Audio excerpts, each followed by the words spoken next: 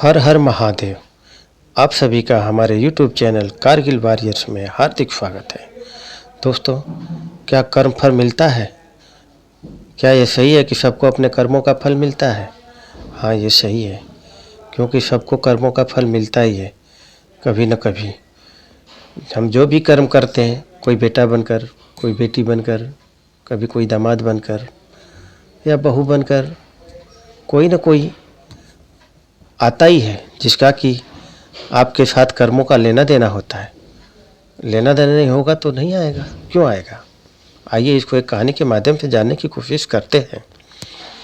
एक फौजी था, उसकी माँ नहीं थी, बाप नहीं, शादी नहीं, बच्चे नहीं, भाई नहीं, बहन नहीं, अकेला ही कमा कमा के फौज में जमा करता रहा।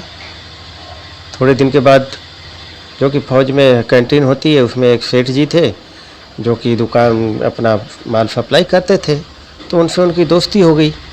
सेठ जी ने कहा कि जो तुम्हारे पास पैसा है वह उतने के उतने ही पड़ा है, तुम मुझे दे दो, मैं कारोबार में लगा दूं तो पैसे से पैसा बढ़ जाएगा, इसलिए तुम दे दो। फौजी ने सेठ जी को पैसा दे दिया, सेठ जी को कारोबार में लगा दिया। कारोबार उनका चमक गया, खूब कमाई होने लगी, कारोबार बढ़ गया। थोड़े ही दिन में लड़ाई लग गई। लड़ाई में फौजी घोड़ी पर सवार होकर के लड़ने के लिए गया। घोड़ी भी इतनी बदतमीज थी कि जितने जोर से लगाम खींचे उतने ही तेज भागे। खींचते खींचते उसके गले पर कट गया, लेकिन वह दौड़कर दुश्मनों के गोल में जाकर खड़ी हो गई। दुश्मनों ने वार किया, फौजी मर गया, घोड़ी भी मर गई। अब सेठ जी को मालूम हुआ कि फौजी मर गया, तो सेठ जी बहुत खुश है कि उसका कोई वारिस तो नहीं है। अब यह पैसा देना किसको? अब यह तो मेरे पास ही रहेगा। अब कारोबार भी चमक गया, लेने वाला भी नहीं रहा, तो सेठ जी बहुत खुश हुए। तब तक कुछ ही दिन के बाद सेठ जी के घर में लड़का पैदा हो गया। अब सेठ जी और खुश कि भगवान की बड़ी दया है, खूब पैसा भी हो गया, कारोबार भी हो गया, लड़का भी हो गया, लेने वाला भी मर गया। सेठ जी बहुत खुश। वह लड़का होशियार था, पढ़ने में समझदार था। सेठ जी ने उसे पढ़ाया लिखाया। जब वह पढ़ लिख कर बड़ा हो गया तो सोचा कि अब यह कारोबार संभाल लेगा, चलो अब इसकी शादी कर देते हैं। शादी करते ही घर में अब बहू भी आ गई जो कि सुंदर थी। सेठ जी ने सोचा कि चलो बच्चे की शादी हो गई, अब कारोबार संभालेगा। लेकिन ये क्या, कुछ ही दिन के बाद बच्चे की तबीयत खराब हो गई। अब सेठ जी डॉक्टर के पास, हकीम के पास, वैद्य के पास दौड़ रहे। वैद्य जी जो भी दवा दे रहे हैं वो खिला रहे, कोई भी दवा असर नहीं कर रही, बीमारी बढ़ती ही जा रही, पैसा बर्बाद हो रहा और बीमारी बढ़ती ही जा रही, रोग कट नहीं रहा, पैसा खूब लग रहा। अब अंत में डॉक्टर ने कह दिया कि लाइलाज मर्ज हो गया है, इसको अब असाध्य रोग हो गया, यह बच्चा 2 दिन में मर जाएगा। डॉक्टर के जवाब देने पर सेठ जी निराश होकर बच्चे को लेकर रोते हुए आ रहे थे कि रास्ते में एक आदमी मिला। कहा, अरे सेठ जी, क्या हुआ, बहुत दुखी लग रहे हैं। सेठ जी ने कहा, यह बच्चा जवान था, हमने सोचा बुढ़ापे में मदद करेगा, अब ये बीमार हो गया। शादी होते ही हमने इसके लिए खूब पैसा लगा दिया, जिसने जितना मांगा उतना दिया, लेकिन आज डॉक्टरों ने जवाब दे दिया, अब यह बचेगा नहीं, असाध्य रोग हो गया, लाइलाज मर्ज है। बोल दिया कि घर ले जाओ, घर में 2 दिन में मर जाएगा।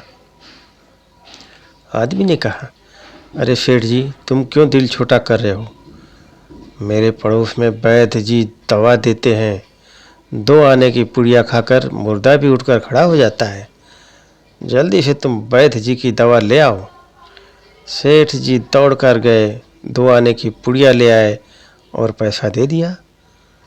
पुड़िया ले आए, बच्चे को खिलाई, बच्चा पुड़िया खाते ही मर गया। बच्चा मर गया। अब सेठ जी रो रहे हैं, सेठानी भी रो रही है, घर में बहू रानी और पूरा गांव भी रो रहा है। गांव में शोर मच गया कि बहू रानी सेठ की जवानी में ही कमर टूट गई, सब लोग रो रहे हैं। तब तक एक महात्मा जी आ गए। उन्होंने कहा, भाई क्यों रोना धोना, लोग बोले इस सेठ का एक ही जवान लड़का था, वह भी मर गया, इसलिए सब लोग रो रहे हैं, सब दुखी हो रहे हैं। महात्मा बोले सेठ जी रोना क्यों? सेठ जी बोले महात्मा, जिसका जवान बेटा मर जाए वह रोएगा नहीं तो और क्या करेगा? महात्मा जी तो सेठ, कारोबार के लिए पैसा मिला था तो खुशी तो थी ना? महात्मा, अरे उस दिन तो आपकी खुशी का ठिकाना ही नहीं था। सेठ जी बोले किस दिन? महात्मा जी बोले अरे जिस दिन फौजी मर गया था, आपने सोचा कि अब तो पैसा भी नहीं देना पड़ेगा, माल बहुत हो गया, कारोबार खूब चमक गया, अब देना भी नहीं पड़ेगा, बहुत खुश थे।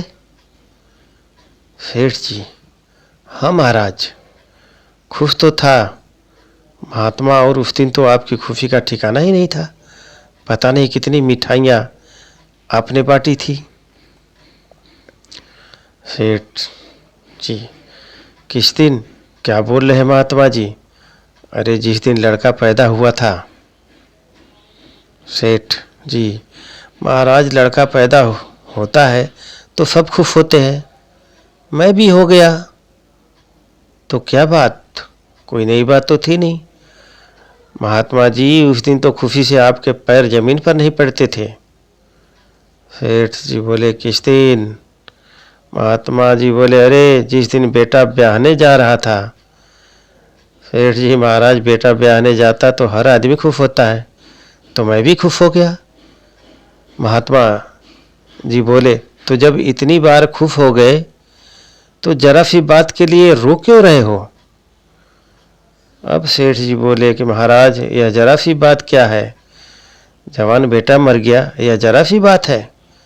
महात्मा जी बोले अरे सेठ जी, वही फौजी पैसा लेने के लिए बेटा बनकर आ गया, पढ़ने लिखने में, खाने में, पहनने में, शौक में, श्रृंगार में जितना लगाना था लगाया, शादी ब्याह में सब लग गया, और ब्याज दर ब्याज लगाकर डॉक्टरों को दिलवा दिया।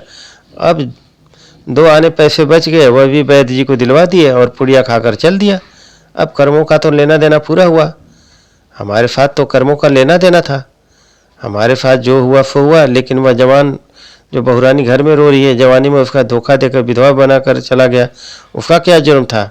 उसके साथ ऐसा क्या गुनाह हुआ? महात्मा जी बोले यह तो वही घोड़ी है जिसने जवानी में उसको धोखा दिया, उसने भी जवानी में उसको धोखा दे दिया। वेद शास्त्र और पुराणों के साथ साथ सभी साधु संतों का कहना है कि यह संसार कर्मों का लेखा जोखा है। इसमें जो जीव चैतन्य है, समझदार है, वो भाव सागर पार हो जाएगा।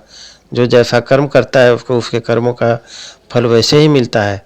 इसलिए बोलते हैं कि कर्म अच्छे करिए, किसी को धोखा मत दीजिए, किसी का मत हड़पिए, बेईमानी मत करिए, जो भी कमाइए अपने बाहुबल से कमाइए, आप हमेशा सुखी रहेंगे। अगर कहानी अच्छी लगी तो वीडियो को लाइक और सब्सक्राइब करना मत भूलिएगा। हर हर महादेव।